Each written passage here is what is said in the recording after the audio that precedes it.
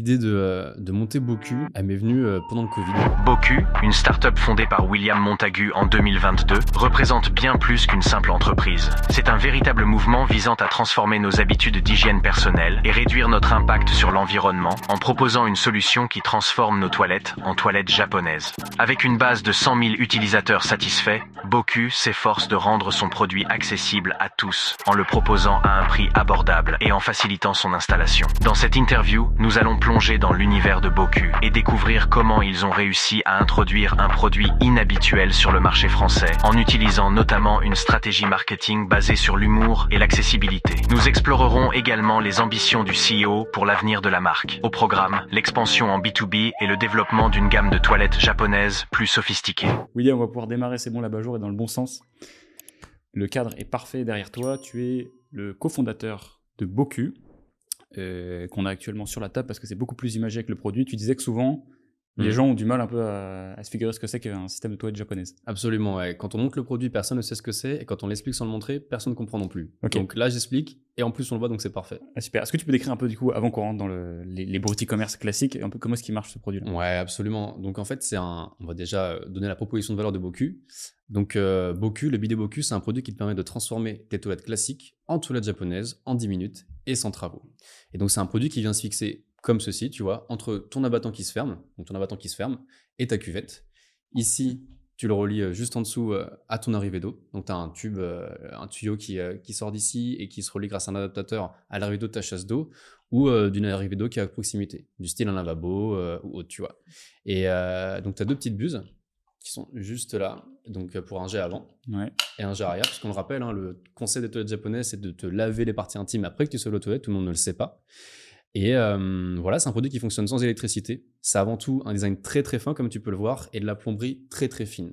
Et uniquement avec la pression de l'eau qui est naturellement présente dans ta tuyauterie, tu arrives à avoir des jets qui sont hyper précis et localisés. Ok. Voilà. Et donc on dit un truc sur les toilettes japonaises, c'est qu'une fois que tu les essaies, c'est très dur de revenir en arrière. Ah, clairement, une fois que tu les essaies, une fois que tu t'y es habitué pendant 2-3 jours, il n'y a pas de comeback. Quand tu goûtes à un tel niveau d'hygiène, mais c'est fini, tu te dis, mais le PQ, mais c'est du gravier. C'est no way. Ah ouais. Et tous ceux qui sont allés au Japon savent très bien de quoi je parle. Avant de démarrer ce podcast, je voulais vous dire que le 4 octobre 2023, je serai au salon La Deep Tech Voix Big, organisé par la BPI. Il me dit dans l'oreillette que c'est aussi le jour de mon anniversaire, même si on s'en fout. C'est un salon qui se passe à l'Accor Arena et qui est 100% gratuit. Il met en avant les experts et les futures pépites de demain, ceux qui bossent sur des sujets de rupture comme la réparation du vivant, les nouvelles mobilités ou l'éradication des déchets. Parmi les invités, il y a une sélection de pointures. Ceux que j'ai notés personnellement, David Louapre de la chaîne YouTube Science Étonnante, qui a 1,33 million d'abonnés quand même. Nicolas Dufour, évidemment, le directeur général de la BPI. Et une petite dernière, c'est Emmanuelle Marciano, qui est la cofondatrice d'Akemia. C'est l'une des pointures mondiales dans la découverte de médicaments qui a levé entre autres 30 millions d'euros en 2022. Bref, passez me faire un coucou à Bercy le 4 octobre. Je vous mets le lien de la billetterie en description. Ciao à tous. Alors écoute, je vais te laisser continuer juste après sur un peu l'histoire de la jeunesse de Boku. La raison d'abord, expliquer pourquoi est-ce que je te reçois dans ce podcast. J'ai très souvent des conversations du coup avec des e-commerçants qui se posent tous une question, c'est est-ce que je grossis vite par rapport aux autres? Et à chaque fois, donc moi j'ai un peu un top, c'est-à-dire je sais quelle marque que je connais a fait les plus gros chiffres la première année, la deuxième, la seconde, la troisième. Et aujourd'hui, j'en ai pas trouvé. Tu m'en as donné une d'ailleurs, une exception j'en ai pas trouvé qui a fait une meilleure première année, disons, que Boku. Sur les chiffres, vous communiquez dessus, vous avez fait la date de création, c'est décembre 2022, de commercialisation, c'est ça? Ouais. Vous avez fait un mois de juillet record à 870 000 euros de CA. Vous avez terminé l'année entre 7,2 et 8 millions de chiffre d'affaires. C'est la première année.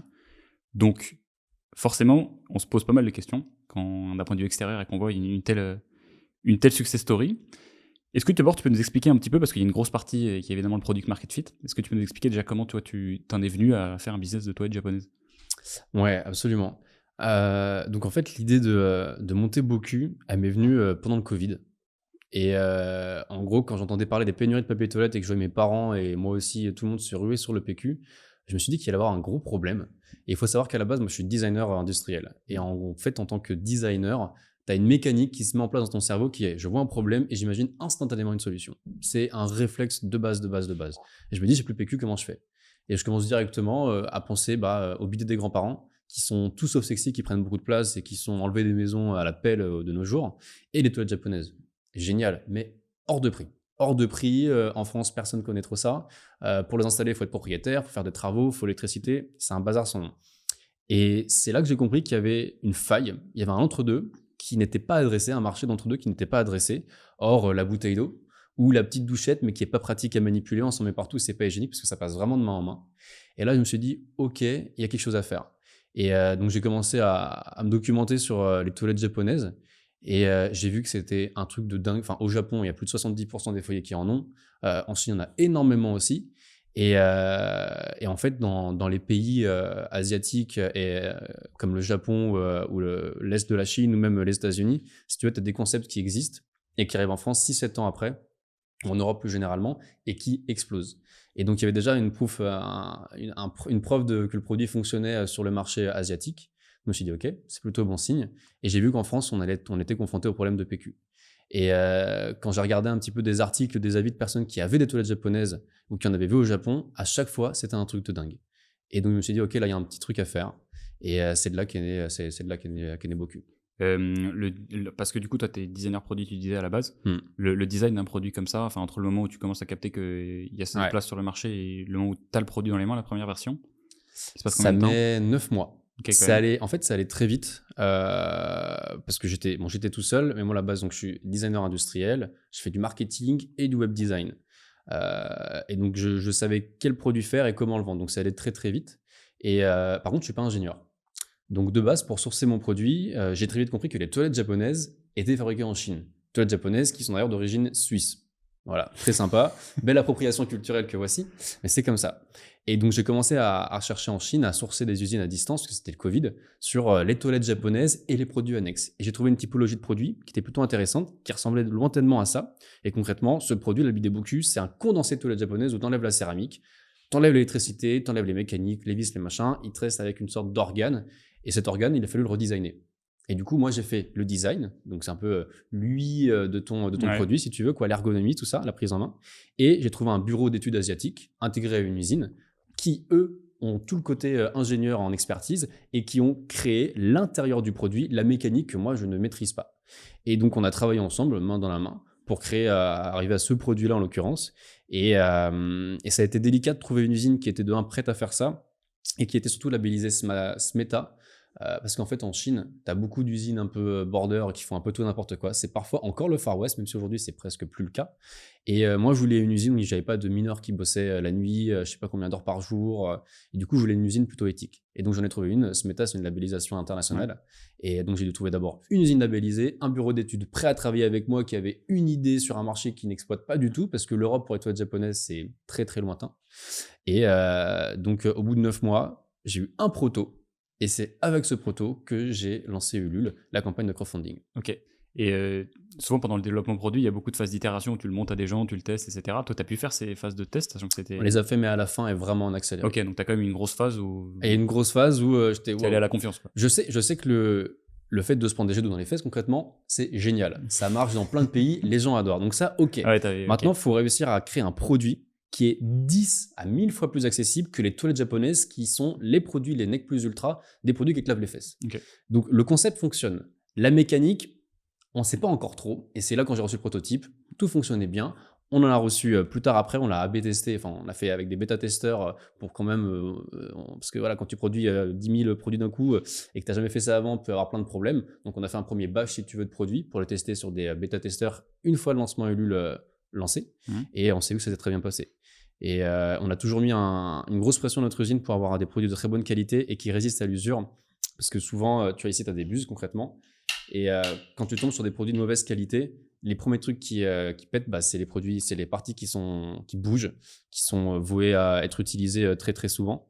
Et moi, j'ai fait confiance aussi à cette usine parce qu'elle a beaucoup beaucoup de brevets. Et en gros, dans ce produit-là, si tu veux, tu n'as aucun tube, tu n'as aucun câble, tu n'as rien. Et tu te dis, mais comment est-ce que l'eau, elle circule ? Ça, c'est grâce à une technologie d'assemblage par ultrasons. En fait, ici, en gros, tu as deux plaques. Le produit, c'est deux plaques qui sont pressées les unes contre les autres et qui fusionnent par ultrasons. Ce qui fait qu'à l'intérieur, tu as des cavités qui se soudent entre elles et tu as zéro fuite parce que tu n'as pas de tube et tu n'as pas de connectique. Et ce qui fait que le produit est hyper durable et aussi hyper fin et très solide puisqu'il est 100% en plastique plutôt dense. Okay. Combien ça coûte ? Parce que vous avez aussi une version portable, je crois.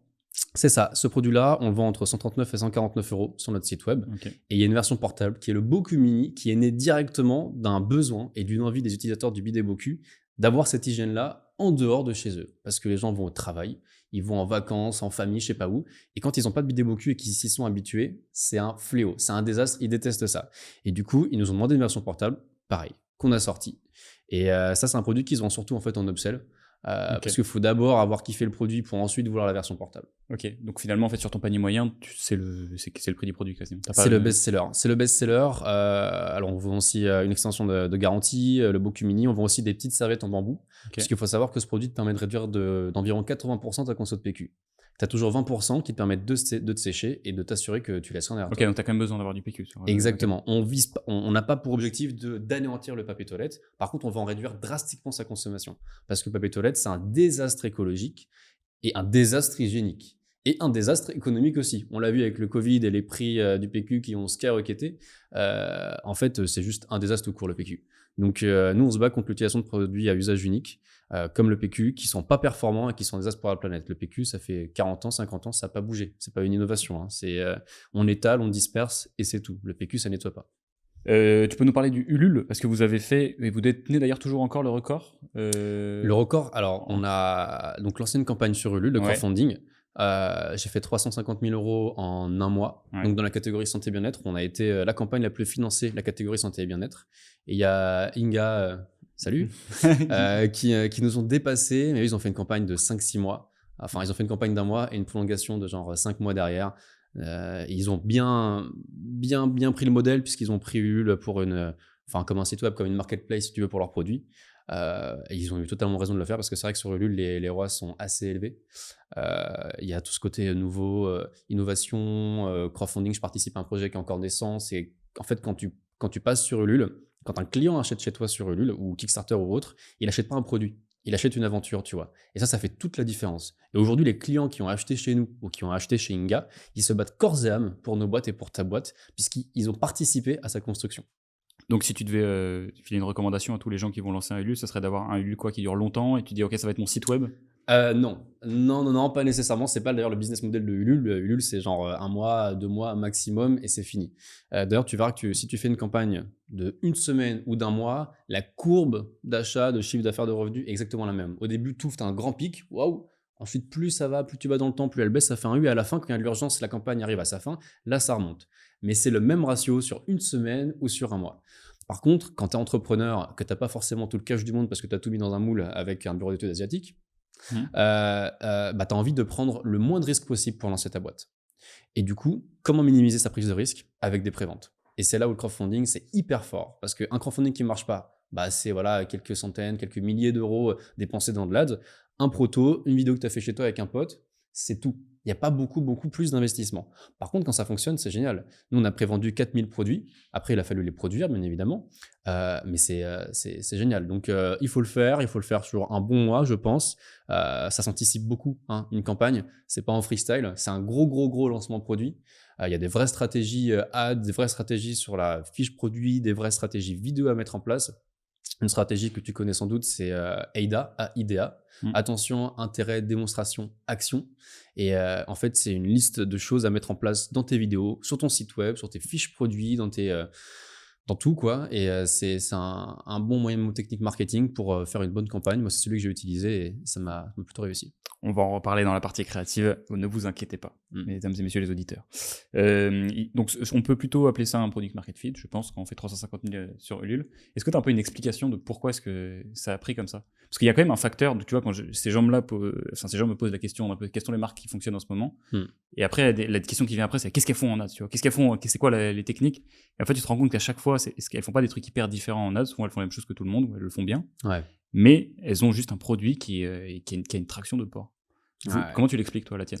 Alors, il y a 2 choses. Déjà, il y a le product pur, le product market fit pur. Donc, est-ce que quand tu parles à quelqu'un de ton produit, il en a envie? Et est-ce qu'une fois qu'il l'a acheté à un prix qui lui va, est-ce qu'il lui convient? Est-ce qu'il en est satisfait? Ça, c'est la première partie du product market fit. Donc, est-ce que tu as envie d'avoir des toilettes japonaises? Ah ouais, trop bien. Est-ce qu'un produit qui te permet d'avoir les effets toilettes japonaises pour 130 €, ça te va aussi? Ouais, pas mal. Ok, tiens. Utilise-le pendant 2 semaines. Est-ce que c'est OK? Est-ce que tu l'aimes bien? Oui, OK. Là, tu as la step 1 du product market fit.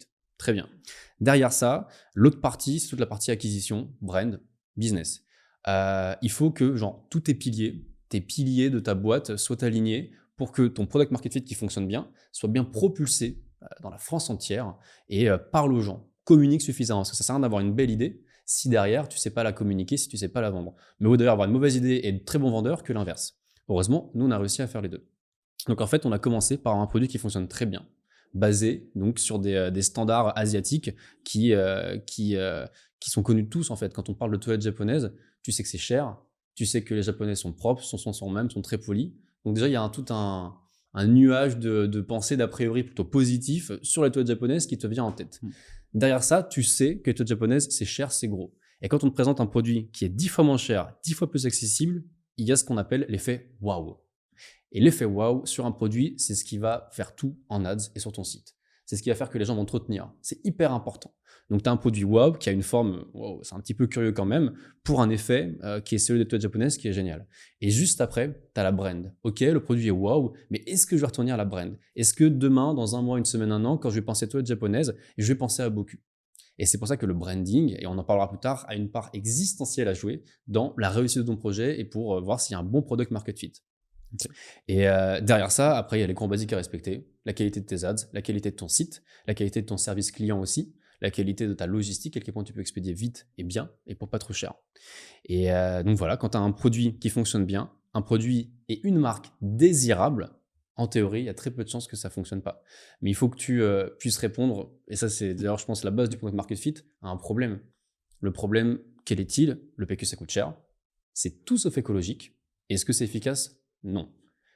Ça, c'est des trucs quand tu le dis aux gens, ils se disent oui, effectivement, tu as raison. Mais entre comprendre ces trois soucis-là et les accepter à intégrer que le PQ, c'est pas hygiénique, et le communiquer et convaincre les gens qu'il faut acheter un vidéo Boku, c'est quand même autre chose. Il y a un truc, c'est que a posteriori, c'est toujours très facile, tu vois, d'identifier pourquoi est-ce que les product market fit ont fonctionné. Souvent, c'est ce que tu viens de décrire. Ce qui est très dur, c'est de savoir les voir, et c'est là où je me dis que ton background, tu l'as décrit designer industriel, a dû t'aider à avoir des solutions aux problèmes. Ouais. Et je me rends compte aussi beaucoup, c'est plus tu t'avances dans une aventure entrepreneuriale où tu es habitué à résoudre des problèmes, plus tu vois des opportunités partout. Ah oui. Et donc c'est très dur parce qu'à la fois, t'as pas vraiment. C'est un truc sur lequel les gens, tu vois, quand on t'écoute, je pense que quelqu'un qui veut monter une marque commerce se dit, mais comment je fais pour trouver l'équivalent d'un Boku sur un autre secteur? Je suis pas sûr qu'il y ait de tuto, tu vois, pour ce truc-là. Tu peux te regarder si ça correspond à ta checklist quand tu trouves un truc, mais il n'y a pas une façon de trouver des idées. Ouais. Je sais pas, si tu devais remonter une boîte aujourd'hui, avec ce que tu as appris sur la partie purement product market fit. Ouais. Bah, c'est en vrai, on dirait un petit peu l'allégorie du produit winner en dropshipping. Ça ressemble vachement à ça. Moi, demain, si je devais remonter une boîte, je me ferais un immense tableau. Et je prendrais les 10 meilleures DNVB américaines ou européennes, françaises, peu importe, qui performent le plus. Je trouverais tous les points communs, je les mettrais en commun et je les classerais par catégorie. Ok, les 10 meilleures marques, elles ont tout ça en commun. Je prendrais tous ces points-là et j'essaierais de le retrouver sur un produit, sur une marque, sur un marché potentiel. Si on essaie de faire cet exercice ensemble, un peu de se poser la question, tu vois, sur ces marques qui fonctionnent, qu'est-ce qu'elles ont en commun? Moi, je peux essayer, si tu veux, de dire déjà ce que j'ai. Vas-y. Je pense que tu as une énorme problématique de panier moyen, tu vois, où vous êtes bien, tu vois, avec un panier moyen qui est quand même assez élevé. Je pense qu'en dessous de 50 balles, le panier moyen, c'est chaud en e-commerce, pour faire du D2C. Ouais. Un panier moyen bien bon pour la rentabilité de la marque, mais accessible pour les clients. Ouais. Et donc là, on parle de valeur perçue. C'est là où vous êtes pas mal, en fait. C'est réussir à avoir un panier moyen à 130 balles. Et qui est quand même perçu comme good value, tu vois. Exactement, parce qu'on a une valeur perçue qui est x10, qui est le toilette japonaise qui vaut genre 1500 balles. Ok, donc en gros, c'est réussir à prendre un produit qui est d'habitude de façon assez commune très cher, que tu arrives à démocratiser, donc avec une partie de l'usage que tu amènes. Brand simple, proposition de valeur simple à comprendre. Ouais. Il faut que quand je te dis le nom, il faut que je puisse te dire en une phrase quel est le concept et que tu te dises ah ouais, c'est pas mal. Essaye de pitcher une idée de boîte à quelqu'un, s'il dit ah ouais, c'est pas mal, c'est que t'as un truc. S'il demande pas attends, j'ai pas compris et qu'il te pose trop de questions, c'est qu'il y a un problème. Ouais. Donc ça, c'est un bel exercice à faire. Tu dis ah ouais, c'est pas mal. Voilà, ça tu l'as déjà. Donc c'est une proposition de valeur simple, facile à communiquer et une brand qui se retient bien. Okay. Boku, Apple, ce genre de choses. Ouais. Je t'ai reçu peut-être un ton assez remarquable parce que t'as la brand évidemment, mais il y a un ton Boku. C'est-à-dire que on parle de communication chez nous, on parle de promotion, on parle de réduc du cul quoi. C'est beau de faire du marketing, mais il faut que tu le retrouves partout. Il faut que quand on bosse avec des professionnels ou quand on vend des produits à des particuliers, il faut que les deux aient la même impression, il faut qu'ils aient le même ressenti. Puisque si des clients lambda particuliers achètent ta brand et qu'ils ont kiffé ta brand pour ce qu'elle est, les professionnels ils vont réagir pareil. En fait, c'est des humains derrière, donc il faut y penser. Et l'humour chez Boku a une part existentielle, une part très importante. Le constat de base, il est très très simple. On aborde le marché de l'hygiène. Encore plus difficile, le marché de l'hygiène intime. Le problème avec les Français, c'est qu'ils sont littéralement coincés du cul. Et donc, pour aborder le sujet de l'hygiène intime, il faut enlever toute cette gênance-là. Et l'humour, les blagues, c'est parfait pour. On rigole bien, on enlève tout le côté gênant, on le met de côté. Voilà, plus d'a priori, plus de gênance, on peut discuter caca pipi entre nous, c'est tout bon. Et une fois que tu as enlevé tout ça, là, tu peux commencer le dialogue. Et là, on est tous confrontés au même problème. On a tous les mêmes parties organiques, plus ou moins, les mêmes organes, les mêmes challenges, les mêmes prix du PQ, les mêmes sensations, etc., etc. Et en fait, c'est là où les arguments, ils frappent et ils vont droit au but. Mais il faut réussir à engager le dialogue. Et là, l'humour, c'est bien. Mais l'humour, quand t'en fais trop ou quand tu le fais mal, ça devient vide obscène ou truc de gros porc ou trop beauf, quoi. Donc, faut se balancer entre les deux. Il faut être désirable sans se faire prendre pour des gros mongols, une marque pas sérieuse, et toujours réussir à vendre et en même temps rassurer les gens. Ouais, on dit souvent dans les plateformes de marque qu'avec chaque valeur, il faut arriver à définir une limite. Donc, par exemple, on est amical, mais on n'est pas familier. Ouais, par exemple. exactement. Et tu peux avoir des limites comme ça, et ça me fait aussi beaucoup penser à la façon dont tu vois le marché du plaisir intime, donc plutôt sur les sextoys, etc. On dit aussi market ces trucs. C'est très le fait de libérer la parole en soi est quasiment une innovation, tu vois. Sur le truc. Vous mettez où les limites, parce que plus vous allez grossir, plus vous allez devoir parler. On empiète des cases carrément en fait sur les projets futurs qui vont arriver avec Boku. Aujourd'hui, vous êtes 100% D2C, vous allez attaquer le B2B. Est-ce que vous pensez qu'à un moment cet humour, il ne va pas vous desservir? Franchement, cette question-là, on me la pose depuis le début de Boku, avant même que je l'ai créé. On m'a toujours dit oui, quand même, tu vas un peu fort, vas-y moins fort. Et j'ai toujours dit non. On a toujours gardé la même vibe, la même DA, et ça nous a plutôt réussi. Okay. Donc on va la garder pendant un bon moment. Par contre, tu vois, la stratégie, l'outil final de Boku, c'est de vendre des vraies toilettes japonaises. Je contextualise un tout petit peu. On ne peut pas pénétrer le marché, aujourd'hui français, avec des toilettes japonaises. C'est impossible. Ça coûte trop cher, il y a un manque d'éducation, ça ne fonctionnerait pas. Donc on commence, on pénètre le marché avec un produit très accessible, peu cher, des effets qui fonctionnent hyper bien. Et petit à petit, on monte en gamme. Et on monte en gamme auprès de nos clients, qui nous sont fidèles. Et aujourd'hui, on a fait des sondages auprès de nos clients, et tu as quasiment 70% de nos clients qui sont prêts à monter en gamme avec nous, à partir sur des produits autour de 300 €, puis à monter. Et donc, in fine, notre but, c'est de vendre des vrais gros WC japonais de ouf. Genre, entre 1000 et 3000 €. Mais innovant, un truc qu'on n'a jamais vu en France, en Europe ou nulle part ailleurs. Et c'est là où le côté design, R&D aura une part très importante.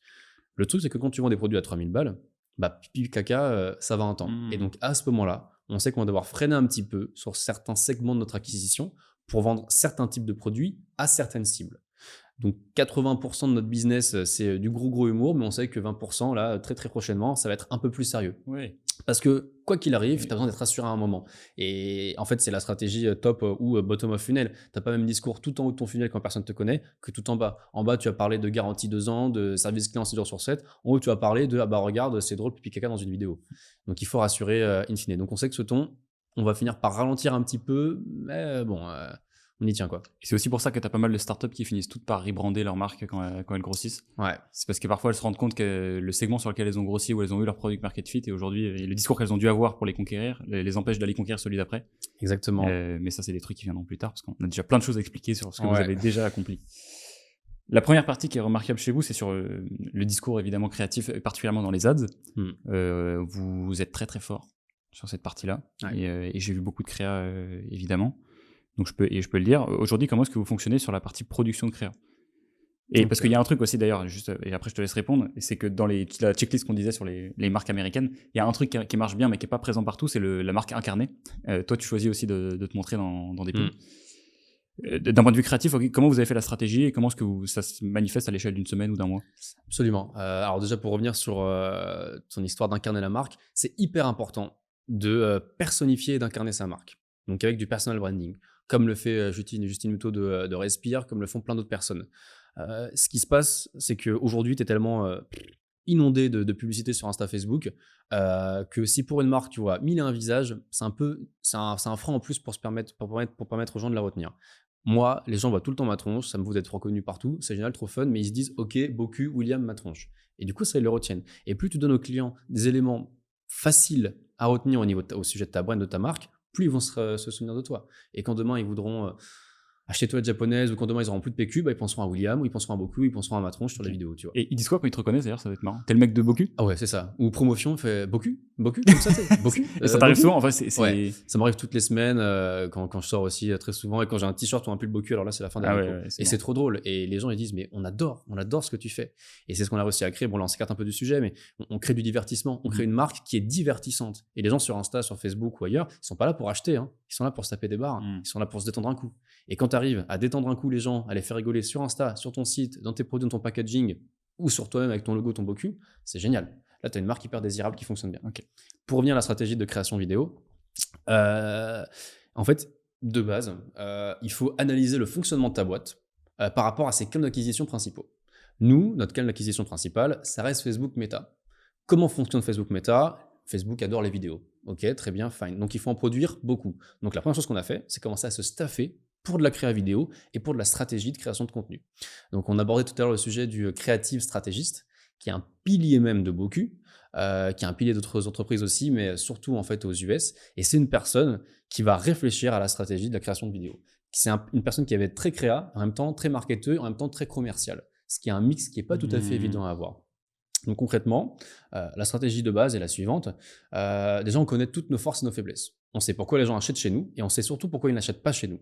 Et le but, c'est de mixer les deux, d'exploser les pains de pourquoi est-ce que j'achète pas chez vous et d'incarner à fond les bénéfices produits et pourquoi les gens achètent chez nous. Okay. Excuse-moi, juste pour creuser sur ce point-là avant que tu continues, c'est par quoi, par exemple, tu as des exemples pourquoi est-ce qu'ils n'achètent pas chez vous? Premier frein, c'est l'installation. Ouais. Est-ce que je vais réussir à l'installer? Deuxième frein, c'est déjà, mais est-ce que je vais même prendre un jet d'eau dans les fesses? Okay. Ça, c'est les deux gros premiers vrais freins, tu vois. T'as un troisième frein, t'as des gens qui pensent que juste, c'est pas hygiénique de se laver avec de l'eau. C'est un petit frein secondaire, mais voilà. Donc, t'as l'installation et t'as... alors, si on compare pas aux toilettes japonaises à 1500 balles, t'as aussi le prix, par exemple. Ok, vas-y, 130 balles, 140 euros pour me laver les fesses, un peu cher. Sauf que quand tu fais les calculs pour une famille de 4 par an, ça fait entre 250 et 300 euros d'économie de PQ réalisée. Donc, ton produit à 130, 140 euros, il est vite rentabilisé, tu vois. Okay. Donc, voilà. Donc, l'idée, c'est d'identifier tes pains. Les freins à l'achat. Donc de tous très très bien les connaître. Derrière ça, tu vas aller analyser toutes les tendances, les meilleurs ads. Qu'est-ce qui fonctionne le mieux? Qu'est-ce qui fonctionne bien aux US, en Pologne, je sais pas où, à gauche, à droite. Et donc là, ça donne des tendances, ça donne des vibes, des mécaniques de vidéo qui fonctionnent très bien et que tu peux toi réutiliser en confrontant tes pains et tes bénéfices produits.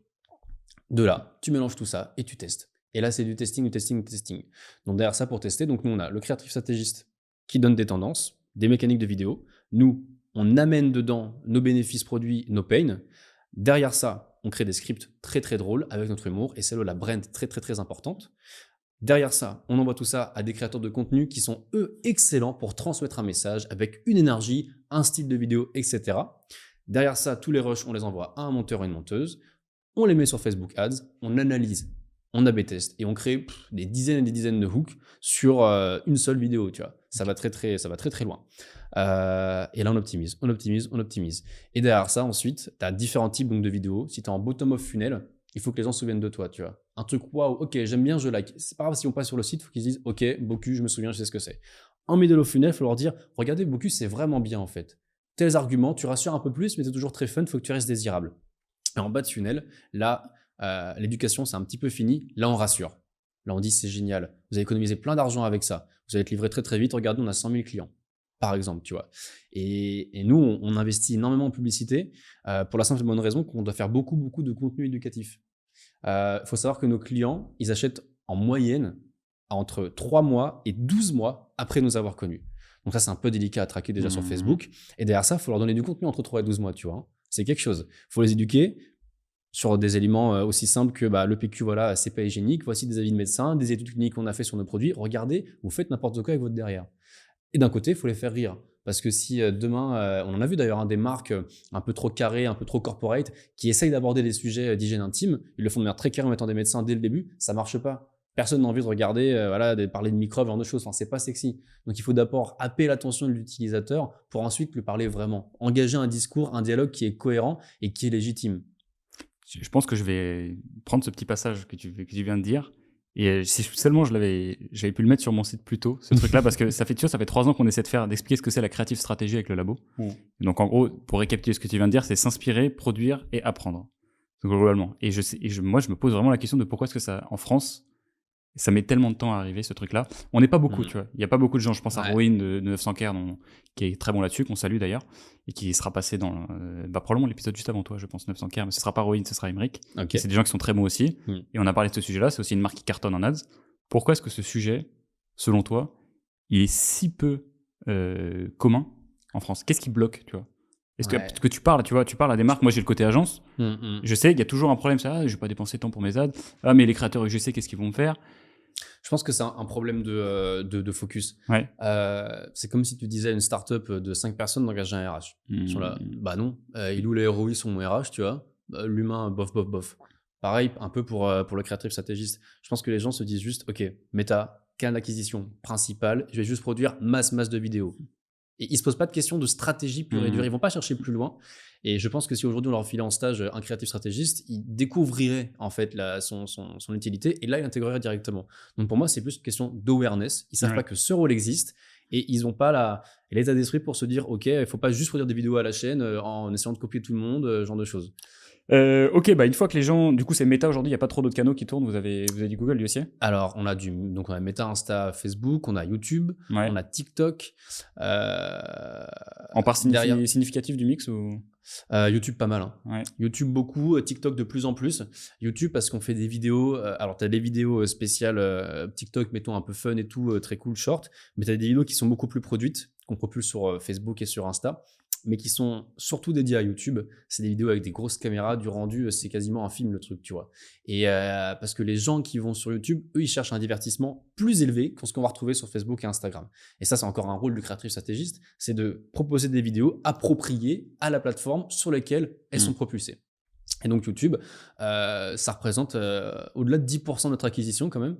Donc c'est assez gros pour nous, avec des vidéos très très bien produites. Parce que les gens, quand ils cliquent sur une vidéo YouTube, souvent c'est une vidéo qui dure entre un quart d'heure et 30 minutes. C'est un sujet qui est très intéressant pour eux. Et pour les défocus, il faut être très très fort, tu vois. Et c'est là où il faut leur proposer un divertissement encore supérieur à ce qu'on va retrouver sur Insta et Facebook. Okay. Derrière ça, en termes d'acquisition, pour continuer là-dessus, on a beaucoup aussi d'affiliés.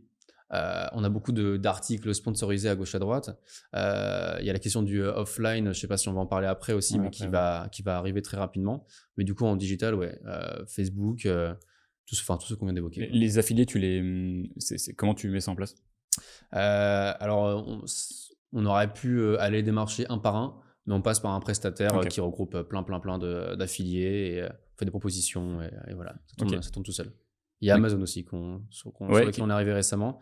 On s'est rendu compte qu'il y avait entre genre 6 et 9 000 requêtes de beaux QVC japonaises sur Amazon et on n'y était pas. Donc il y avait un gros manque à gagner. Parce qu'aujourd'hui, tu as des gens, ils achètent que sur Amazon. Et c'est avec la creative stratégie, je pense que c'est le truc sur lequel les marques françaises n'arrivent pas à se mettre dans la tête. Et à Amazon, quand tu maîtrises bien, quand tu entouré des bonnes personnes, c'est un petit Eldorado quand même. Nous, à la base, on voulait juste occuper une place parce que tu avais des mecs qui faisaient des ads sur des produits similaires un petit peu aux nôtres sur Amazon en utilisant notre nom de marque. Et donc, en fait, on est arrivé sur Amazon pour prendre de l'espace, pour être un petit peu omniprésent, mais on visait le break-even. Et aujourd'hui, il s'avère qu'on est rentable. Et c'est génial, tu vois. Mais donc Amazon, on commence et c'est plutôt cool. Ok. Peut-être juste pour boucler sur ce sujet créa, aujourd'hui, comment est-ce que vous raisonnez sur l'attribution du budget en fait en créa? Vous vous dites quoi? Je dépense un pourcentage de ma dépense en créa, j'ai un budget fixe? Déjà, on a ce qu'on appelle le MER. Ouais. Le MER, grosso modo, c'est le ratio de budget marketing dépensé vs le chiffre d'affaires généré. Idéalement, nous, on a un MER qui est entre 25 et 30. C'est celui qu'on essaie de respecter, c'est un bon ratio. Donc, quand tu dépenses 1 euro, il y en a 25-40? Non, quand tu dépenses 1, si tu fais 3 euros, il faut qu'il y en ait un qui ait été dépensé. D'accord, ok, donc c'est un cost. C'est ça, exactement. Et c'est un ratio plutôt simple pour une boîte d'e-commerce. Derrière ça, j'ai pas les ratios en tête exacts pour genre Meta, Insta, YouTube. Et t'as aussi la question du marketing d'influence qu'on n'a pas abordé, qu'on fait pas mal aussi. Plus ça va, plus ça vient. Mais je pourrais pas te dire exactement comment est-ce qu'on attribue ça. C'était peut-être juste parce que en fait la question que les gens se posent souvent, c'est par rapport à mon budget ou ma taille ou mon chiffre d'affaires annuel, combien est-ce que je dois allouer dans la créa. Nous en fait aujourd'hui on n'a pas vraiment de religion sur ce truc là. Non. Ce qui est sûr, c'est qu'il faut accélérer là où tu es le plus rentable. C'est-à-dire que si tu mets 1 euro sur Meta, que tu en récupères 5, si tu en mets 1 sur YouTube et que tu en récupères que 2, il faut accélérer sur Meta. pour générer plus de marge, pour que tu puisses te permettre de mettre qu'un seul euro sur YouTube et que ça t'en rapporte que 2. Ouais. Tu vois, l'idée, c'est quand même d'agrandir ton panel d'acquisition parce que si demain, il n'y a plus de méta, on est un peu tous dans la mouise, quoi. Ouais, et la mentalité aujourd'hui un petit peu française, c'est de se dire j'ai 100 000 euros à dépenser en pub, tu me prends 1 000 euros, tu me fais des créas, mais je vais en mettre 99 000 dans la régie. Et alors voilà, t'as maintenant plus un truc, tu vois, aux US, c'est beaucoup, attends, je vais en prendre 15 000, je vais faire plein de créas et mon héros, il va être bien meilleur. Ouais. Parlons d'influence, parce qu'en effet, on ne l'ait pas noté dans le pré-brief. Non, ouais. Y a beaucoup de gens qui pensent que l'influence est morte. Ça me fume. Alors qu'en plus, l'influence aussi aujourd'hui est un peu bradée. Hein. C'est-à-dire que les prix sont quand même moins élevés qu'avant. Merci Booba. Merci Booba, voilà, exactement. Merci Booba pour les soldes permanentes sur le marketing, sur l'influence. Donc c'est cool. Alors après, comme chaque canal, en fait, il faut en exploser un puis passer au suivant. Ouais. Voilà, faut pas se défocus parce que si tu te défocuses, tu engages de nouvelles personnes pour. Enfin bon, bref. Il faut se focus. Le marketing d'influence, il faut l'analyser pour moi au trimestre, au mois, voire à l'année. Parce que tu as une OP avec un influenceur, elle peut pas du tout fonctionner, et d'autres, elle peut exploser. Donc nous, on fait plus un ratio. Voilà, on sait que tous les influenceurs ne se valent pas. On commence à comprendre lesquels fonctionnent le mieux. On vise un ROAS de 2. Voilà, franchement, pour l'influence, c'est plutôt pas trop mal. Et donc, tu as le pay d'influence, qu'on fait pas mal. Tu as aussi le seeding, qui est simplement envoyer des produits gratuits à des micros, à des nano-influenceurs qui utilisent le produit, et s'ils sont contents, ils font une vidéo sur Boku, ils le postent en story ou non. Nous, on récupère aussi du contenu. Donc ça, c'est plutôt cool. Et c'est un bon business à scaler. On y attribue quand même, pareil, genre entre 10 et 15%. C'est assez élevé dans notre budget sur du marketing d'influence. Et c'est top. Une fois que tu arrives à trouver des influenceurs qui fonctionnent bien, ce qui est dur au début, tu fais beaucoup de tests. T'en as la moitié qui ne fonctionne pas. Par contre, la moitié qui a fonctionné, tu vas itérer avec eux, quoi. Tu vas faire 2-3 OP par an. Et là, c'est là où tu deviens plus rentable. Le marketing d'influence, c'est exponentiel. Au début, tu n'es pas rentable, puis après, tu l'es énormément.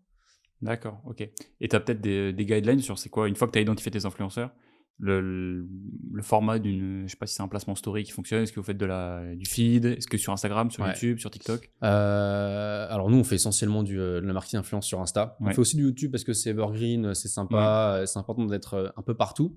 Il y a la notion du brief qui est hyper importante. Il faut vraiment bien communiquer avec l'influenceur pour que lui communique bien les informations essentielles, parce que tu as des influx qui vont pas revenir sur leur vidéo. Ça, c'est un petit peu relou, mais ça arrive. Tu as des influenceurs qui vont vraiment bien fonctionner en story et d'autres pas du tout en réel, et d'autres vice versa, et d'autres les deux. Nous, de manière générale, on prend une story, un rappel de story une semaine plus tard, mettons, et un réel entre les deux. Ça, c'est ce qui fonctionne le mieux chez nous. Et derrière ça, tu as des influx qui fonctionnent très très bien. Et ceux qui fonctionnent le mieux avec nous, ce sont des vrais créateurs de contenu. C'est limite des artistes, tu vois. C'est des chanteurs, des rappeurs, ce genre de choses, tout type de contenu. Et en fait, on va moins aller chercher de l'influenceur un peu lifestyle, mais plus de l'influenceur qui fait du divertissement. Okay. Donc que des gens vont regarder avec beaucoup de ressenti, beaucoup d'engagement. Et c'est vers les influenceurs qui font du divertissement qu'il y a plus d'engagement pour nous. Okay. Et parce qu'on propose du contenu hyper fun. Et du coup, on garde ces guidelines. C'est nous ce qui nous permet d'être le plus rentable en marketing d'influence. C'est trouver des créateurs de contenu qui vont te faire une vidéo hyper fun, hyper drôle, dans leur vibe, dans leur sauce. Donc ça, c'est pour la partie acquisition. Maintenant, donc, on va encore parler d'une discipline qui est assez méconnue en France, c'est le CRO. Donc tout ce qui va se passer une fois qu'une personne arrive sur ton site internet. Vous, c'est quand même un sujet important. C'est un sujet existentiel. Ouais. Pour moi, une DNVB qui n'a pas une team CRO, un prestat CRO, c'est une DNVB qui chaque jour perd un peu d'argent. Parce qu'un site non optimisé, des offres non testées, des wordings non testés, quand tu ne testes pas ton site, tu passes à côté d'un taux de conversion qui est beaucoup plus élevé, d'un panier moyen qui est beaucoup plus élevé, d'une rétention qui est beaucoup plus élevée, d'une LTV qui est aussi beaucoup plus longue et beaucoup plus élevée. Et créer un site web, te dire qu'il est fini, tout va bien, c'est tout bon, avec un petit taux de conversion satisfaisant entre 1,5 et 2, mettons, pour moi, c'est une aberration sans nom. C'est une aberration sans nom. On ne se rend pas compte d'à quel point une team CRO qui va A/B tester chaque partie de ton site, chaque produit, chaque prix, tu ne te rends pas compte à quel point ça peut changer ton business. C'est pas compliqué, c'est un site qui convertit mieux, c'est un panier moyen plus élevé, tout ton business va être plus rentable. Chaque euro dépensé sur Meta va être plus rentable parce que ton site convertit mieux. Et ça, pour nous, c'est existentiel. Et on teste aussi beaucoup les prix. Ouais. Une erreur que beaucoup, je trouve, de DNVB ne font quoi. Ils ne testent pas leur prix. C'est vrai. Produit, 50 €. C'est ancré. C'est ancré. Fin. Ouais. Oui. Tu testes plein de trucs sur ton site, plein d'autres, stratégies marketing, plein de vidéos sur Meta, et ton prix, tu ne le testes pas. Alors maintenant, quand tu testes ton prix, les clients, c'est pas des mongols non plus. Il faut que la valeur perçue augmente aussi. Si tu augmentes ton prix, tu veux augmenter ta rentabilité, mais il faut que ton packaging soit meilleur. Il faut que tu proposes quelque chose de plus, une expérience en plus. Tu ne peux pas juste balancer 20-30 euros comme ça dans la vue sans trop de justification. Donc il faut faire attention à ça aussi. Il y a beaucoup d'abus qui peuvent être faits. Et de toute façon, si tu augmentes trop ton prix sans justificatif, tu n'as plus de clients. C'est simple. Hein. Les gens ne sont pas stupides non plus. Ok. Mais il faut le tester. Il faut le tester parce qu'on passe souvent à côté de 5-10 euros en plus. Par exemple, nous, la livraison, au début, on l'offrait. Puis tiens, on a AB testé le fait de la faire payer et tout se passe bien. Pourquoi ? Un peu de contexte. Un BOQ, tu achètes un BOQ comme quand tu achètes un lave-vaisselle, un micro-ondes, un frigo ou encore un matelas. Et c'est un produit qui coûte assez cher. C'est un one-time buy. Tu mets du temps avant de l'acheter et tu t'attends à payer une livraison chère pour avoir un produit qui arrive en sécurité contre signature. Si le produit se perd, en fait, tu as une assurance qui est inclus qui fait que tu vas recevoir un autre produit, tu vois, ce genre de choses. En fait, c'est un produit qui est tellement lourd. La décision d'achat est tellement lourde que les gens sont prêts à payer une livraison. C'est minime pour eux. Okay. C'est une fois que tu arrives au checkout et que tu es prêt à payer un produit à 140 euros, qui va changer ta life littéralement, tu es prêt à payer 10-15 euros de livraison, c'est pas un problème. Et ça peut quand même changer pas mal ton business model. Quand c'est eux qui payent la livraison, c'est bon, quoi. Parce qu'offrir la livraison, c'est pas toujours bon pour ton business. Ouais, écoute, j'allais demander quelles étaient les grandes variables que vous testiez. Donc livraison, prix. Livraison, prix, offre aussi. Ouais. Différents placements d'offres avec différents blogs, différentes sections sur ton site web. Est-ce que le gifting fonctionne mieux pour toi ? Est-ce que la promotion va mieux fonctionner ? Est-ce que la livraison offerte va mieux fonctionner ? Est-ce que l'extension de garantie gratuite ? Comment le savoir ? Et tu le testes. Et l'A/B testing, je le rappelle, c'est tu testes 2 offres ou 2 variables différentes sur le même laps de temps avec le même trafic aussi ou pas qualifié. Il faut que ce soit la même chose. Parce qu'il y en a beaucoup qui font de l'A/B testing, ils testent une semaine un truc et la semaine d'après un autre. Et ils comparent les 2 semaines. En 2 semaines, il peut se passer plein de choses. Si tu testes en début de mois, tout le monde a de l'argent. En fin de mois, plus personne n'en a. En fonction du soleil et du bon temps, les choses peuvent changer aussi. Le trafic peut être d'une plus ou moins bonne qualité en fonction des ads que tu as sur Facebook. Donc en fait, ça crée trop de variables. Et il n'y a qu'avec une team CRO que tu élimines toutes ces variables-là et que tu confrontes une solution à 50-50 à un trafic dédié, quoi. Ok. Et tu utilises des outils ou tu le fais en natif dans Facebook Non, on ne fait pas sur Facebook. Google Optimize. Okay. Google Optimize et c'est notre team CRO qui s'en charge. Et on fait quelques A/B tests sur Facebook, mais du coup, c'est de l'A/B test de créatif, ça. C'est pas tellement c'est pas tellement lié au CRO. Parce que tu peux aussi faire 2 cellules et mettre une landing page différente à chaque fois, tu vois, si tu as tes deux. Mais bon, alors, la landing page, c'est encore un autre sujet pour moi. C'est plus du CRO carrément, c'est encore autre chose et c'est encore une autre stratégie. Ok. Je suis curieux de savoir, du coup, comment est-ce que tu différencies ça ? Parce que du coup, pour toi, la partie, en fait, quand tu dis CRO, c'est tester des fondamentaux de ton produit et de ton offre. Mm-hmm. Et les landing pages, c'est autre chose. Donc, landing page, c'est autre chose. Okay. Ah ouais. Landing page, alors la landing page, c'est pour moi, c'est un cœur de notre business puisque elles sont tirées des créas qu'on va mettre en place et de la stratégie des offres qu'on va mettre en place aussi sur notre site. Et en gros, si tu veux, le CRO sur le site web, c'est pour augmenter la conversion, augmenter la rentabilité du business. Les landing pages, elles sont considérées comme des réchauffeurs d'audience. En gros, on convertit landing page, on explique le concept. Au lieu d'envoyer directement depuis une ads des clients sur ton site web, ils passent par une entité entre les deux qui est une landing page. Nous, les landing pages, on les utilise pour réchauffer une audience qui n'est pas encore assez qualifiée. Et au lieu de balancer une landing page en mode page produit, acheter notre offre, 24 heures, machin, je sais pas trop quoi, on va faire un article, on va apporter de la valeur. Puisque sur les ads, le client clique mettons sur en savoir plus, il arrive sur un article. Pourquoi est-ce que le VC japonais c'est bien ? Pourquoi est-ce que le PQ c'est mal ? 6 raisons pour lesquelles le VC japonais sont excellents. Voici pourquoi une ou un tel a un VC japonais chez lui, par exemple. Et en fait, ils lisent l'article et tu parles pas de produit, tu parles pas de promotion ou d'offre en tant que tel. Juste, tu exposes le pourquoi du comment, la logique entre les pains, la friction et les bénéfices produits. Tu réchauffes ton audience et ensuite, en savoir plus, direction le site web, les clients cliquent, les gens cliquent en fin de page sur un bouton, ils arrivent sur ton site web et là ils sont bien plus qualifiés et bien plus à même d'acheter ton produit. Et du coup nous, on teste pas mal de landing page, de concepts de landing page, de branding différents, hébergés toujours sous le nom de domaine de BOQ par contre, et ça fonctionne plutôt bien. Ok, je vois ce que tu veux dire. Donc dans ce cas-là, en fait, aux US ils appellent ça une advertorial.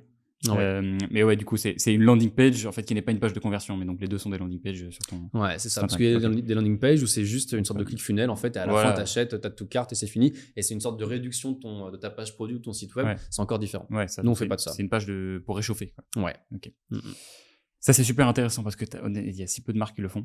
Ouais. Personne et parce que t'as pas aussi beaucoup d'acteurs de Presta qui le font. Tu vois, on le fait nous-mêmes. On le fait nous-mêmes en interne. Moi je connais. T'as Boost Conversion qui le fait. Il y a un gros sujet au global, c'est que toi, tu es un malade de lever les objections à l'achat. C'est tout l'enjeu de BOQ. Ouais. Donc, lever les objections. Comment rendre accessible ton produit, ton offre? C'est un vrai sujet. Donc, en premier lieu, il faut que ton prix il soit adapté. Il faut que ton prix soit adapté. Tu ne peux pas vendre un produit même si il fait des folies à un prix de dingo non plus. Si tu veux pénétrer le marché, en tout cas, ce n'est pas la stratégie à avoir. Donc nous, pour un peu de contexte, une de nos objections principales, c'est l'installation. Juste après, c'est pas le bénéfice produit, mais est-ce que j'aimais me faire laver les fesses par un produit? Concrètement, c'est ça. Nous, on sait que quand un client, quand tu utilises beaucoup, tu es convaincu quasiment instantanément. On dit souvent que les 3 premières secondes d'utilisation choquent énormément et les 3 d'après t'adores et tu t'en passes plus. Mais donc tu te dis, comment est-ce qu'on arrive à transmettre ce message? Et ben c'est très dur. Donc le but pour beaucoup, c'est de rentrer chez les gens. Et ça, on est prêt à tout faire pour. Donc comment rentrer chez les gens, comment amener un beaucoup chez les gens sans leur faire payer, en enlevant un maximum de freins? Et ben en mettant en place une offre essayée avant d'acheter, avec un partenaire. Donc concrètement, tu vas sur le site, tu commandes ton produit, tu ne payes pas, tu le reçois et tu as 15-20 jours pour essayer le produit. Si tu l'aimes pas, juste tu l'aimes pas, tu peux le rendre. Si tu n'arrives pas à l'installer, tu peux le rendre. Tu peux le rendre pour quelque raison que ce soit. Retour gratuit. C'est hyper important en fait d'offrir une expérience risk-free d'essai à un client sur un produit qu'on ne connaît pas. Si tu achètes une tasse, essayer avant d'acheter, ça n'a pas de sens. Les gens savent ce que c'est une tasse, ils savent le fait que ça fait, il n'y a pas de sens. Par contre, sur ce produit-là, c'est existentiel de le faire. Et parce que nous aussi, on a énormément confiance en notre produit. On sait qu'une fois que les gens l'utilisent, comme je te disais, ils l'adorent, ils le gardent. Du coup, on a un taux de retour qui peut être un peu plus élevé que d'autres marques parce qu'on facilite énormément le retour. Aujourd'hui, que tu aies brisé ton bocuse en deux ou juste que tu ne l'aies pas ouvert, le retour est le même. Tu ne payes pas, tu ne payes rien, tu ne payes pas la livraison, c'est comme ça. Et c'est un petit risque quand même d'être aussi open à la livraison, mais quand tu arrives sur un marché avec un produit à démocratiser, il faut que ce soit très facile. Il faut que ce soit très facile pour le client de se projeter avec le produit, de se dire « je peux l'essayer, je peux rendre si j'en suis pas satisfait ». Et derrière ça, il faut avoir un service client qui est au nec plus ultra aussi, qui est au top. Il faut avoir des experts qui peuvent accompagner le client dans l'installation 7 jours sur 7. Notre SAV travaille 7 jours sur 7. On a des équipes qui se relaient parce que les gens installent aussi leur bocuse le week-end en général. Et quand tu as un produit avec le premier pain qui est l'installation, moi, j'ai pas envie d'acheter un produit à 140 balles si je vais pas réussir à l'installer. Et si en plus, parce que le paquet est ouvert, je vais pas réussir à me faire rembourser. Donc, il faut que je sois en capacité de l'installer. Et si je ne le suis pas, il faut qu'on puisse m'aider. Et si j'y arrive pas, il faut qu'on puisse me rembourser rapidement. Et j'ai pas envie de payer pour faire un retour. Donc, quand tu arrives à aligner tous ces points-là, qui sont des points en fait des pains normaux pour même n'importe quel produit, tu arrives à avoir une expérience un peu frictionless. Et si en ads, tu arrives à exploser aussi les points de friction, du style le prix, ça fonctionne bien. Nous, en ads, ce qui fonctionne très bien, c'est de comparer le Bideboku à des toilettes japonaises. Même bénéfice et 10 fois moins cher. Génial. Et notre proposition de valeur, c'est la suivante, c'est transformer vos toilettes en toilettes japonaises avec Boku pour 10 fois moins cher et en 10 minutes seulement. Donc c'est fort, t'enlèves le pain de l'installation, t'enlèves le prix. En plus, si ton produit ne te convient pas, tu peux le récupérer. Enfin, c'est top, quoi. C'est le but. Et d'ailleurs, avec cette offre essai avant d'acheter, on convertit mieux. On convertit mieux que 100. Donc en moyenne, 30%. Le jour où on l'a instauré, on a converti à 30% en plus. Donc c'était assez énorme. Ouais, c'est très intéressant. Je me posais la question sur le service client. Vous l'avez internalisé? Ah oui, on l'a internalisé. Et ça a été un des premiers gros moves à faire, en fait. Si tu veux, je crois que ça a été mon deuxième recrutement. Moi, il y avait mon bras droit, Gérard. Et très vite, en fait, je me suis entouré d'un SAV. Parce que sur un nouveau produit, tu as 1000 et une questions. Avant achat et après achat. Et aujourd'hui, on a 7 personnes au SAV. C'est énorme pour des DNVB qui font même 8 millions par an. Enfin, je trouve que c'est beaucoup. On dit souvent qu'une bonne marque, une bonne DNVB, c'est une marque qui n'a pas besoin de SAV. Du coup, on ne respecte pas trop le nombre par rapport à ça, mais on a besoin de répondre en moins de 24 heures à tous les clients, à toutes les objections. Et du coup, donc, très vite, je me suis entouré d'une équipe de SAV pour gérer toutes ces requêtes entrantes. Mais il y a un truc très très bien que j'ai fait, et je conseille à tous les founders de le faire, franchement, c'est de gérer le SAV soi-même au début. Moi, pour le lancement sur Ulule, je répondais à tous les commentaires Facebook, à tous les emails et à tous les DM. Et ça me prenait 4-5 heures par jour. Donc, niveau value personnel, c'est pas dingo. Par contre, par rapport à ta boîte, c'est insane. Parce que c'est dans ces moments-là que tu vas comprendre toutes les peurs de tes clients. Et pourquoi est-ce qu'ils adorent aussi, est-ce qu'ils aiment ton produit et ta marque. Et du coup, moi, je me rappelle très bien, la vidéo Ulule, je l'ai changée 4-5 fois, je l'ai réupload 4-5 fois parce que je la changeais sans arrêt en voyant les commentaires Facebook, les peurs que les gens avaient. Et franchement, n'importe quelle marque qui écoute vraiment ses clients au niveau de leurs peurs, de leurs craintes et de leurs envies peut faire des très très bons chiffres. Et du coup, j'ai tout compris. J'ai compris pourquoi ils achetaient pas. Et ça m'a permis d'aujourd'hui pouvoir gérer ma boîte et de comprendre tout de A à Z. Tout comme le fait que j'ai monté ma boîte quasiment tout seul. J'ai monté le site tout seul, j'ai fait le marketing, j'ai fait le copywriting, j'ai fait le shooting photo, les graphismes, le packaging, le produit. Ça me permet d'avoir un scope à 360 degrés qui est énorme et qui me permet de coacher et de gérer chaque prestataire, chaque personne qui est dans Boku à fond, à balle. Je suis bon partout, excellent nulle part, mais ça me permet d'avoir une belle vision suffisamment aguerrie pour bien gérer la boîte. Et du coup, le SAV, c'est important de le faire, de temps en temps replonger, rediguer, voir quels sont les nouveaux problèmes, nouvelles peurs, nouvelles craintes, pour ensuite changer tout ça sur ton business. Ok. Écoute, est-ce qu'on peut parler un petit peu des projets futurs de Boku? Parce qu'aujourd'hui, vous êtes alors plus ou moins monoproduit, c'est pas vraiment monoproduit, c'est-à-dire que vous avez la version portable et quelques petits upsells en plus de ce produit-là dont tu nous as parlé. Ouais. La vision, c'est de devenir un leader européen.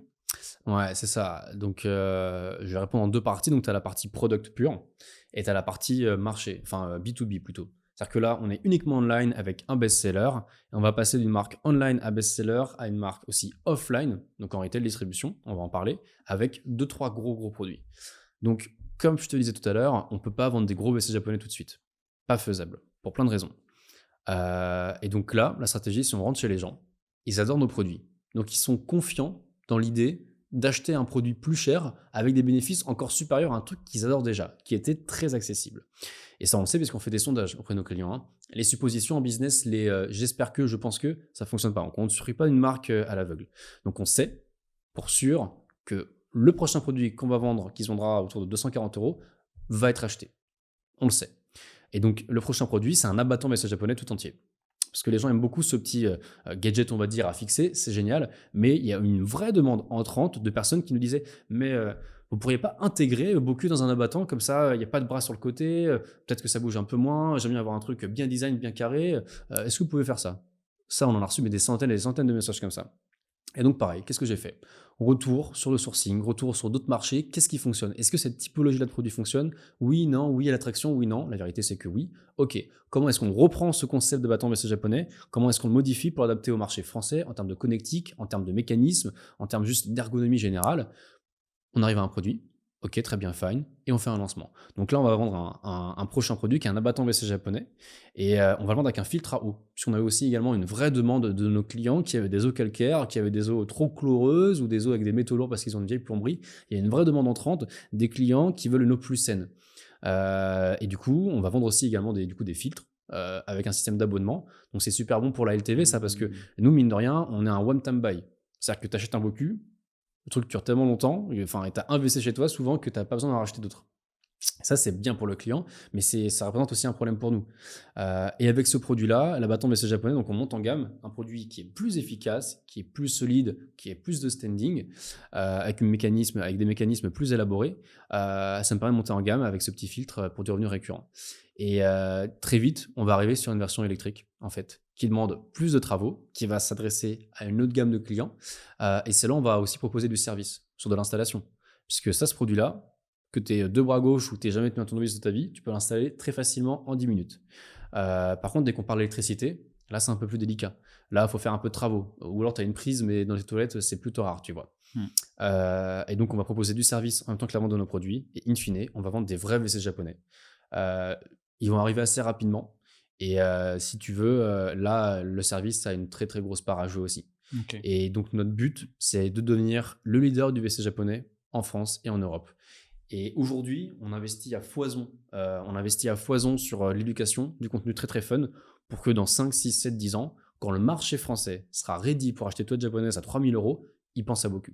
Toilette japonaise, Boku. Si je te dis téléphone, tu penses Apple ou Samsung. Eh ben, on veut que la même chose se passe dans la tête de nos futurs clients.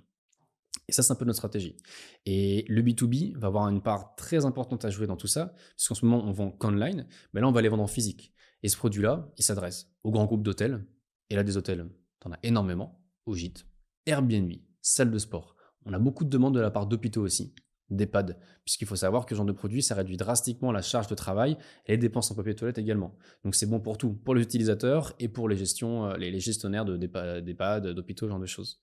Il y a aussi tout ce qui est équipement privé, les bureaux, les entreprises qui veulent réduire leur impact, avoir le meilleur impact RSE. C'est hyper important pour eux. Donc en fait, on a un océan de B2B à faire, sans parler des distributeurs et des retailers qui, quand ils voient un produit comme ça, qui se vend plutôt cher, qui prend pas trop de place, ils deviennent comme des fous. Et ne pas faire de B2B quand tu as une telle désirabilité online, c'est pareil, c'est laisser de l'argent sur la table. En fait, tout le monde entend parler de nous. Et les professionnels, les centrales d'achat et tout ça, entendent aussi parler de nous. Donc il faut y aller en fait. Il faut profiter de cette inertie, parce que peut-être qu'un jour, elle sera moins là, quoi. Et donc, on va passer en distribution chez du boulanger, du Darty, du Leroy Merlin, c'est les cibles qu'on vise. On va faire aussi beaucoup de pop-up, très très fun, très vibrant. Mettons, le bon marché, BHE, ce genre de choses. Tu vas te faire vois, laver enfin, le cul. Ah bah là, clairement, ça va être la fête à la saucisse. Là, t'as des lumières, des néons, des jets d'eau dans tous les sens. Faut faire du bruit. En fait, il y a beaucoup de marques qui ont une super image online, mais qui quand elles passent en retail, ça s'agisse trop.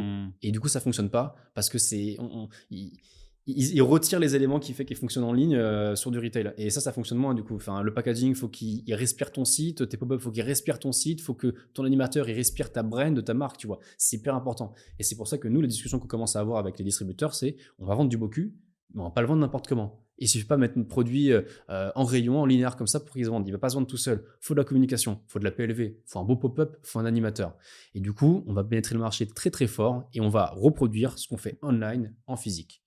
Et il y a une stratégie que Toto, le leader du VC japonais au Japon, en Asie, a mis en place il y a genre 50, 70 ans, un truc comme ça. Vraiment, le Toto, c'est une vieille boîte. Hein. Ils ont fait le même constat que nous. Les gens ne connaissent pas les toilettes japonaises. Et ils sont curieux. Pour acheter le produit, ils ont besoin de le voir, l'essayer. Et donc, c'est corrélé à notre envie de faire entrer le produit chez les gens le plus vite possible avec le moins de pain. La stratégie est un peu la suivante, c'est comment est-ce qu'on fait tester du beau cul à des particuliers sans qu'ils l'achètent et sans qu'ils passent par notre site web. Et donc, ça a passé par du gifting de produits dans des hôtels, des restaurants, là où il y a beaucoup de trafic, et là où tu vois un toilette japonais, tu vas aux toilettes, tu te dis, tiens, pourquoi pas le tester. Et notre but, c'est d'inonder à base de gifting des hauts lieux de trafic, des high traffic places, avec du beau cul, des grosses toilettes japonaises. Et ça, c'est génial pour les business owners parce que tu leur dis, je vous offre un beau cul, voilà, vous avez des toilettes japonaises chez vous, génial, vous ne les payez pas, ça élève le standing de votre établissement, et les clients sont encore plus contents. Nous, on a beaucoup de trafic par rapport à notre produit. Et à coup de petits QR codes à scanner, ce genre de choses, en fait, on récupère le trafic comme ça pour le ramener vers notre site web et ça crée une émulsion globale. Donc, c'est un peu la stratégie générale. Et en fait, on sait que là, avec Boku, on a mis les pieds dans un immense bateau. Le marché des toilettes japonaises, il est immense. C'est pas un petit voilier, c'est un paquebot. C'est un paquebot vraiment. Et pour moi, tout à l'heure, on parlait, voilà, si demain je devais lancer une boîte, qu'est-ce que je ferais? Je choisirais aussi le plus gros bateau. Je choisirais le marché qui a le plus de potentiel. Toilette japonaise, c'est 10% de croissance par an. En Europe, c'est considérable. Et on sait que si on fait bien les choses, si on se positionne dès aujourd'hui en leader, ce qui est le cas, on l'est, sur la toilette japonaise à fixer, puisque c'est le cas, on sait que dans 5-10 ans, sur des gros toilettes japonaises avec un panier moyen beaucoup plus élevé, on sera aussi les meilleurs. Okay. Et pour ça, il faut se staffer, et ça, c'est aussi une grosse question de recrutement. Ok. Et est-ce que tu as une idée un petit peu de... Parce que du coup, là, on a parlé de toute la stratégie produit. En Europe, comment est-ce que vous priorisez le fait de proposer des nouveaux produits à votre base client existante et les pays, attaquer l'Europe, tu vois, sur des problématiques qui sont peut-être un peu différentes. D'ailleurs, je ne sais pas comment sont les niveaux d'awareness entre les pays européens sur les toilettes japonaises, mais tu vois, d'un point de vue stratégique et d'allocation des efforts, vous mettez les efforts où? Les efforts, tout comme en ads, où est-ce que quand on met 1 euro, on en récupère le plus? Fine. C'est la France, on pète la France, on explose la France, on explose le marché francophone. Quand on commencera à pallier un petit peu, là on pourra se poser d'autres questions. Ou quand on commencera à avoir beaucoup d'argent, là on pourra attaquer d'autres marchés. Le but, c'est de maîtriser ton business model et ton acquisition online sur un marché à 1000% avant de la reproduire. Tu as plein de marques qui se lancent sur d'autres marchés alors qu'elles ne sont pas excellentes sur le leur. Ça, c'est une énorme erreur. C'est-à-dire que tu veux reproduire les mêmes erreurs, payer les mêmes erreurs sur d'autres marchés alors que tu en fais déjà sur le tien. Donc, c'est pas bon. Donc, on attend d'être vraiment excellent. Je juge qu'on ne l'est pas encore assez, même si on est très bon, on n'est pas encore assez bon. On attend d'être excellent pour l'attaquer ensuite. L'Allemagne, les UK, pas tellement l'Italie ou l'Espagne, puisque le niveau d'awareness est très différent. En fait, en Italie et en Espagne, ils ont des bidets partout. Donc, pour eux, leur proposer ça, c'est j'ai déjà un bidet en fait. Là-bas, ils construisent une baraque, un appartement, une maison, il y a un bidet qui est déjà là. Donc, ça n'a pas de sens d'aller les chercher. Par contre, le nord de l'Europe, là, beaucoup plus. Même la Hollande, derrière ça, t'as le Québec, qui est de l'autre côté, mais ils parlent français, donc c'est aussi un marché très facile à pénétrer en termes de priorité. Écoute, on cherche les marchés qui ont le plus d'argent, qui ont un PIB qui est le plus élevé, un pouvoir d'achat qui est fort, un marché qui a l'habitude d'acheter en ligne aussi. Par exemple, certains pays de l'Est n'ont pas du tout l'habitude d'acheter en ligne. Les Allemands, par contre, adorent ça. Et alors derrière, il faut faire attention. Comment est-ce qu'ils achètent en ligne? Quelle méthode de paiement ils utilisent?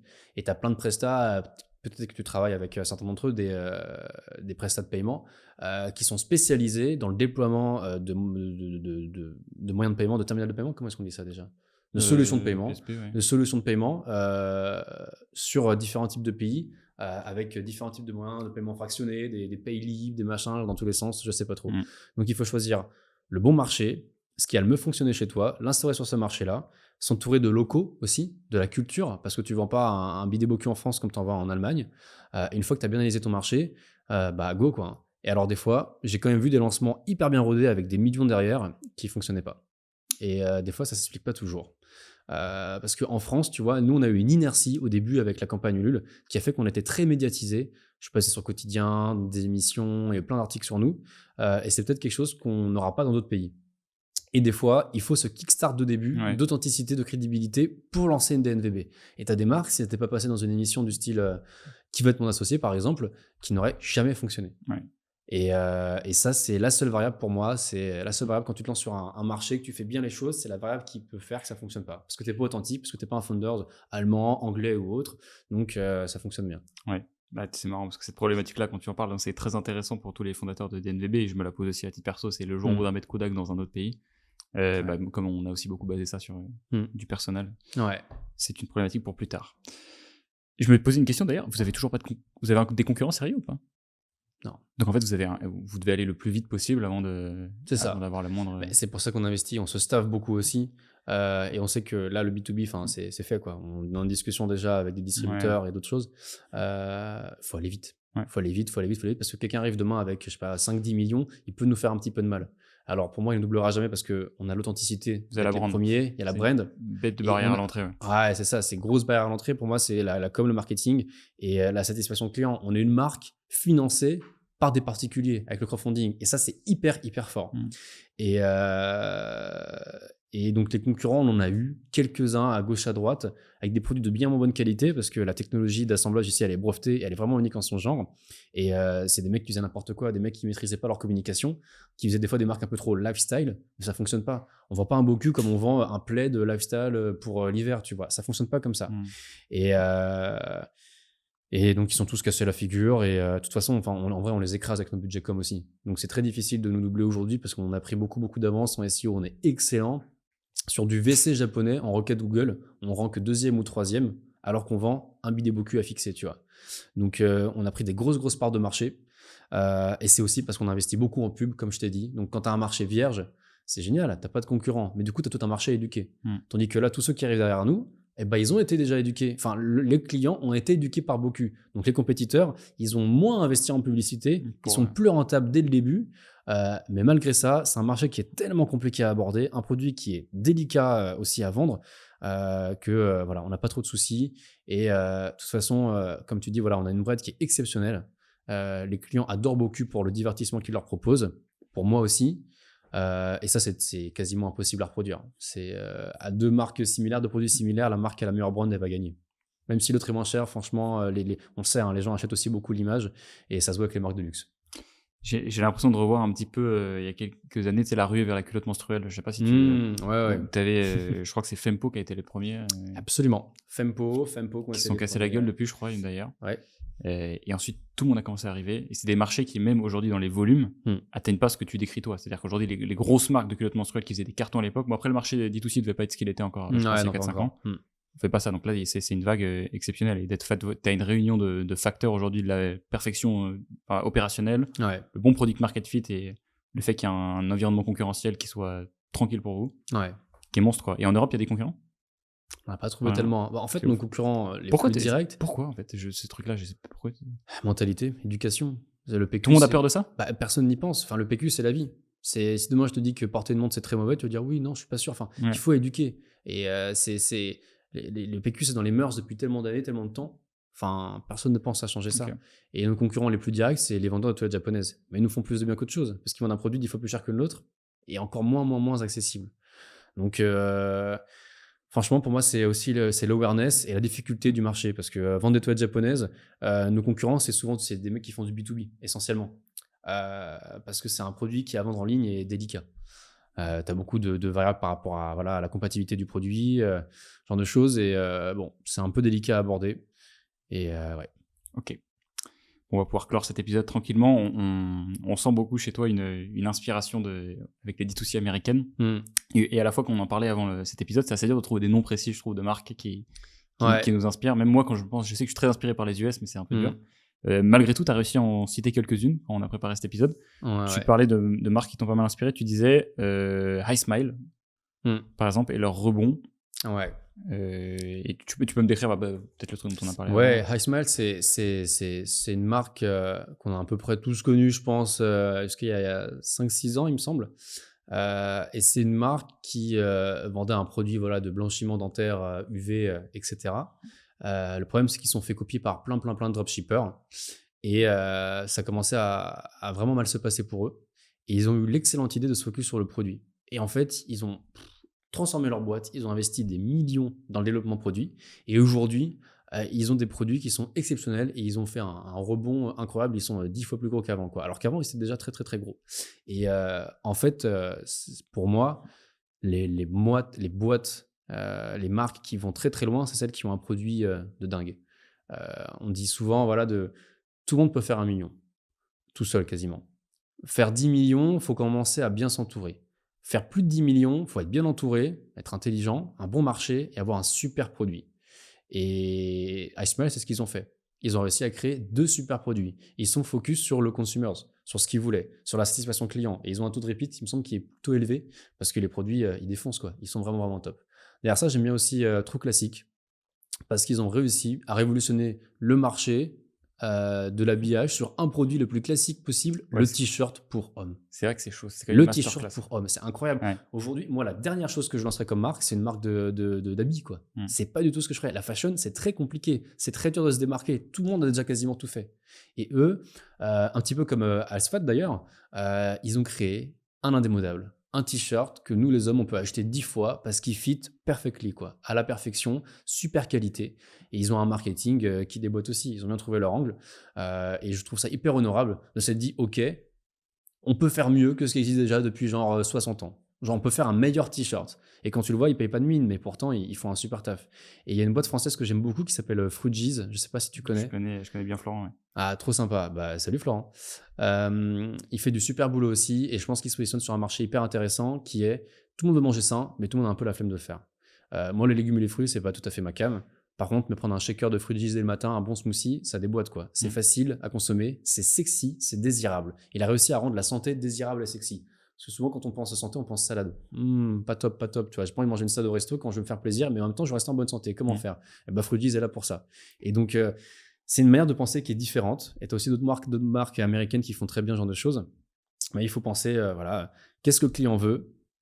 Qu'est-ce qui fonctionne pas, mais que le client veut ? Genre la salade, personne ne veut de la salade pour être en bonne santé, pourtant le client veut être en bonne santé. Et comment je rends accessible les deux ? Je veux être plus propre, je veux faire des économies de PQ, je veux mieux consommer. Donc je veux des toilettes japonaises à 1500 balles.